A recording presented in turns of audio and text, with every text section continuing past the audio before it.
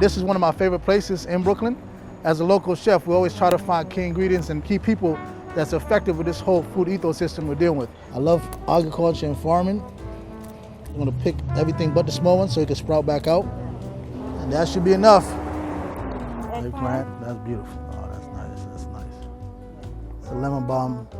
Really great flavor for seafood, fish. It's got like really a good lemon acidic taste to it. So I have the collard greens that I'm gonna use for the dish. The peppers, I just got them because I love it. They're spicy and they look great. I'm gonna smoke these. I'm just gonna use it for spicy. When I say spicy, my God, one of these will last you about a year. I'm big about the way Mr. Shane uses their garden. It's all natural, and also it's walking distance from our location. You know, as a chef, I always try to engage the community, but also engage access to food so that people know in the community they do have access to come and get this stuff. I always appreciate you, you know, we'll talk. I'll see you, but I'm around this weekend, okay? Okay. All right, thank you so much, Mr. Shane. All right, I'll be there, thank you. These guys have been kind of supporting me for a minute. And I say that because, you know, one of our menus, when we started, everybody wanted whiting. And whiting is one of the most popular fish that you find in communities. And this gentleman and his company right here, Noel, they've been providing us with the fish and the seafood that I've been doing in a lot of my great menus. All right, you guys, come on in. You see all the fresh fish, everything is soaked on ice. You can get your snap in here. You got your whiting fish, you got your porgies. Man, pretty much jackfish, anything you're looking for, they normally have it for me. If he doesn't have it, he'll find it for me. That's what I like about this guy, you know?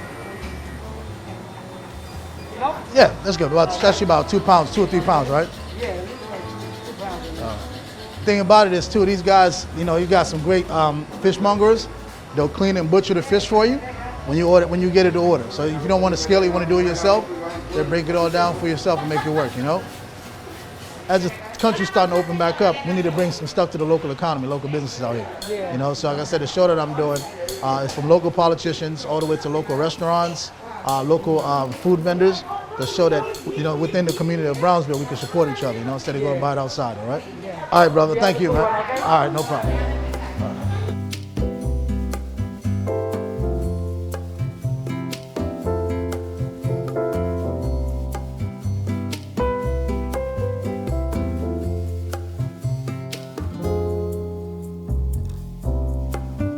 This is my first introduction to our community kitchen, and what a guest. I have a guest like Madam Latrice Walker from Brownsville herself, born and raised, Assemblywoman 55. Yes. And today we're going to showcase egusi soup, which is done with fufu.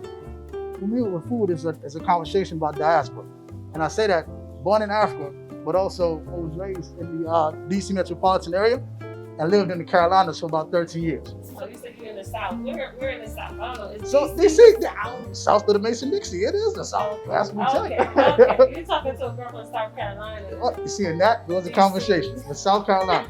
So that's a good thing, because the reason why I said we had engaging conversation, South Carolina and Sierra Leone, which is West Africa, is a Gullah Geechee culture. It is connected in so many different ways. Our food, the language they speak, and so much history that goes back and forth. But you know what's interesting though about this conversation is like, you know, so egusi soup is a traditional African dish.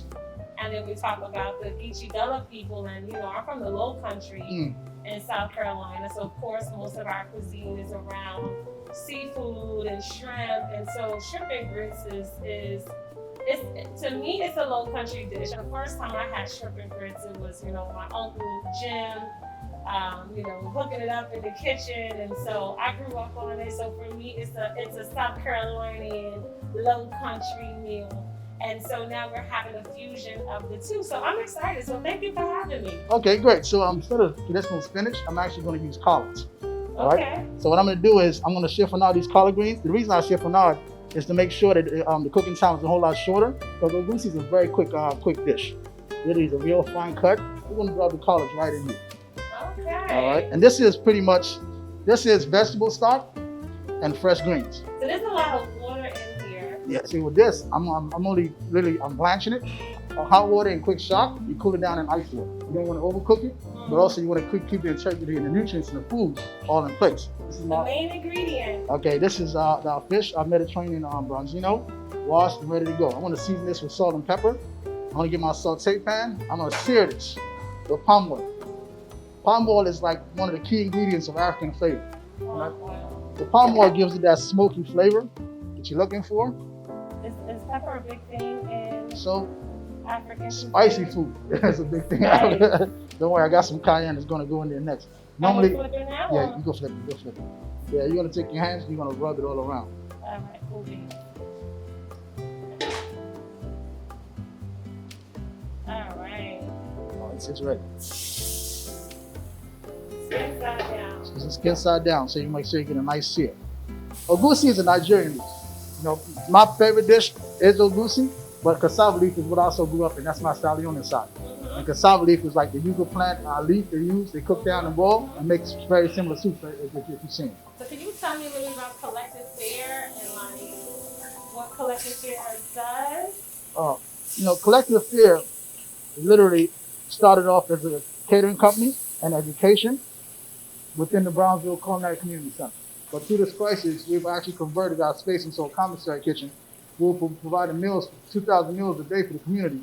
2,000 Meals a day for the community, 5 days a week. But one thing about our team, majority of the individuals that's here, they want to either live in Brownsville or from the surrounding area. And some of these people, majority of people too, are participants that went through the program when they lost their jobs. They came back, they went on, in between, they didn't want to fall back in the rut. Right. And the first thing they call is always, Chef, what's the plan? So that was a great way to reinvent. Like today they were saying that the restaurant industry is one of the industries that sort of suffered the most. So it's great for young people to be able to have a rebound, to come back and say, well, I'm going to use my talent and my skill now in terms of the betterment of our neighborhood and taking care of our seniors. So now my collards are pretty much nice and cooked. I'm going to blanch them. Literally, I'm going to strain this water. Let that sit literally for like maybe 2 or 3 minutes. Oh, it's coming back in here? Oh! Don't worry. Don't worry. Fire doesn't burn, it just cooks. Now, we don't cook like this down south. Don't try to step on what's Yes, you do. You never see those guys in the pit. So what exactly is the... So egusi is literally much melon seeds that's been dried up. Literally, it's like I said, it's a powder form of melon seeds. There's certain melon seeds they use for it. Once again, I source this right from this Nigerian African store right here on Osborne. Melon seeds. Yeah, melon seeds. Just ask her for egusi. Egusi. Yeah, she'll That's get a egusi. egusi. This is pretty much your tomato paste, your garlic, your onions, everything mixed. And that's something that we normally put in a blender beforehand. Was this already made before? Yeah, we made this prior just for cooking time purpose. Amazing. Yeah, just for cooking time purpose. One of the reasons why I enjoy working in Brownsville as a chef and everything, it's such good diversity. People are so open-minded to things. And a lot of things we were doing when we were doing the training, the class, and the food had African and diaspora flavors in it. Our spices, our cooking methods was for smoking. Now, mind you, now I work with a chef from Trinidad. I work with a chef from Jamaica. So you put all that in a room with a West African chef, you got a lot of flavors. Oh my God. So, Ms. Walker, question I wanted to ask you. You have done quite a bit for Brooklyn, for Brownsville, but talk to me about some of your organizations that you work with yourself. So one of the, I guess, the sort of seminal projects that we've been working on is redeveloping Prospect Plaza. Nice. And right now, we're trying to get a supermarket over there just so that we can have a place where people will be able to gain access to fresh fruits and vegetables. We know that our diet, of course, our diet is our health. In addition to that, of course, it was a pleasure to support the work here at the Brownsville Community Culinary Center. Beautiful. And, to see the young people come over to me and say, well, I'm working now at this place, at the World Trade Center. I mean, the excitement that they had was amazing. We also fund a number of local community school-based programs, redoing parks in the neighborhood. We just finished a park that's over at 392. You know, it's our life work. This is a neighborhood that I was born and raised in, so it gave me everything. It's a part of my DNA, just like this amazing food is. And so it's a pleasure to be able to live here, work here, play here, and now cook here. Oh my goodness, this looks so amazing. I'm trying to keep us focused on health and wellness. I can't even think about anything else. And I say that when we talk about healthy foods, this is an African dish. There's no animal product in this besides the fish I just added. It's very simple, very clean, very subtle. Okay, they said you can take off your mask in order to like. Yeah, you gotta taste. Restaurants, you can't eat without tasting food, right? I always ask the question, why does it have to be such a large bowl? Why can't it be small pieces so I can go in and break it down within my soup? Traditionally, we eat with our hands, which I love, you know, but for IG's sake, we're gonna use a fork and a knife. Oh, so we can't still win? No, we can't go in. I'm getting a fork and a knife. You know. Well, first of all, it would be a fork. Is this a Yeah, go in. fork Go. dish? It's a hand dish, but I gotta tell you, I'm for IG purposes. Literally, you can break it down small pieces. You know, scoop the stuff in, cut your fish. There you go. Got it? Grab this. This is amazing. And it was simple. All right. I'm gonna move that up. I'll put it over here. All right. The next dish we're gonna work on is shrimp and shrimp. Now this is my favorite traditional Southern dish. So both of my favorites coming together. So that being said, we're gonna jump into the next segment of our conversation. What's your suggestion of someone trying to make an impact as far as getting involved in the city council, getting involved in community boards? Well, let's say my initial goal or dream in life was not to be in politics. I wanted to be a lawyer. After college, of course, I applied to law school. It wasn't an easy task to accomplish because they looked at me and it was like, well, you're from Brownsville. You didn't necessarily have the most pristine history. So you may not be good enough to be an attorney. Wow. So I had to go through this entire process just to be able to, after I passed the bar, did everything else, just to prove that I was worthy enough for the role in the position of the bar. And so it was that experience that taught me that whenever it is that I see something wrong, whenever it is that I see that there was some injustice or something I wanted to change, I put an idea out there and then boom, things start happening. And that's important when I tell young people this, that don't categorize yourself from where you're from. It's where you want to go. Right. But you know, here's a funny thing. Like when you are an American Black person and you come from a history of Jim Crow, American slavery. Yes. You have been so beaten, so downtrodden, so like, you know, everything just stolen and the rug pulled from up underneath you. The whole idea of hope becomes a big question mark. Now, mind you, Jim Crow and everything else, segregation is it's not that far away. It's not that far away. I'm a 70s It's in people's lifetime. Actually, we're still living it. You know, I always tell people that the one thing that separates us from the institution of slavery is the 13th Amendment. It says slavery is abolished except in the case of criminal punishment. And so when people are involved in the criminal justice system, they right back into slavery as we know it, as we read about it. So, you know, we're still living it. But it comes a time where you have to step out of your own shadows. You have to engage the people in the community, especially That's right. politicians. That's right. And say, listen, what can I do? You know, I'm very big on policies. I tell people, what it was if your parents taught you about election. I always say that my parents always told me, look at the policies, how they affect you and your family and your next 2 or 3 generations. And I always say that my biggest fear is when I see stuff going on in the U.S. And imagine if U.S. is struggling, imagine what the other world looks like. And I say that because we came here for opportunities and a better life. And when you start seeing people in line for food, that's scary. But you know what? There were people who were hungry for a long time. And that's important to hear that, because a lot of people don't understand. Right. What do you do with a community that was in a pandemic before a crisis? Yes. A community that was in a pandemic before a crisis. That was beautiful. Beautifully said. So what we doing here, Chef Rodney? So I'm making my shrimp and grits. So my traditional shrimp and grits, it's garlic, onion powder. Oh Lord, he put garlic and onion powder and grits. My grits is very savory. There's nothing sweet about it. Okay, everybody back at home, just know that it wasn't my idea to put onion powder and garlic in the grits. But we're gonna try this out. So, a little teaspoon. See you back there. You gonna like my shrimp and grits, girl. Put my butter in there. The thing about grits, I always tell people, you gotta make sure everything is melted down before you add anything, the grits to it. Now the water's boiling.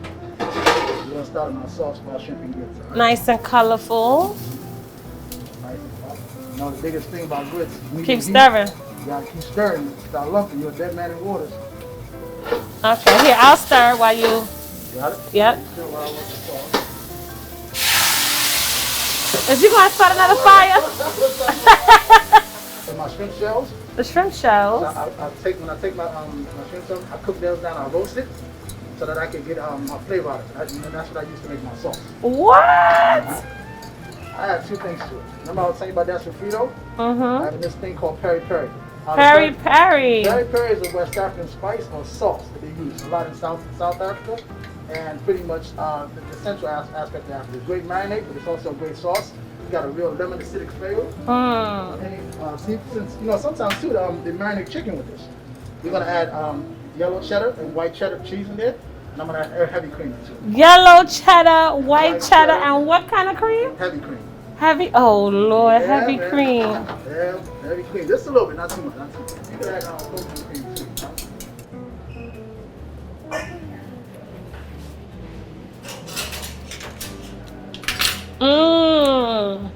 All right. You're doing okay, right? We're doing well. We're doing good. We're doing good. I'm gonna plate this up, and we're gonna enjoy it. I know. Don't you want some? Oh man, can you see this? Oh, wait. Just look at the grits first. Well, us, chef's all about the presentation, Shrimp and grits with onion powder and garlic. No, it tastes amazing and it looks so good too. I gotta have a taste before we head off. Well, listen, I want to finish this in a high note. Quick question. What does Assemblywoman do as far as within the community? So we're gonna put this over Yeah, you can put it on my side here. So I advocate on behalf of communities, constituencies, groups from our community and all across the state. I legislate, so I go to Albany, I present bills to be passed and to change laws across the state of New York. I also agitate, so when we're doing our protests, I like to come with the fire to make sure that if people aren't getting it through advocating, through legislating, so then I gotta do some agitating. And if that doesn't work, of course, I'm an attorney first, and so we've got to do some litigating. So I advocate, agitate, legislate, and litigate. That's what I do as an assembly member, and that's my life's work. So thank you so much for having me here today, Chef Rodney. It was a pleasure having you here. Like I said, it's an open forum to other individuals in the community that's interested and want to be engaged. Our platform is open. Feel free.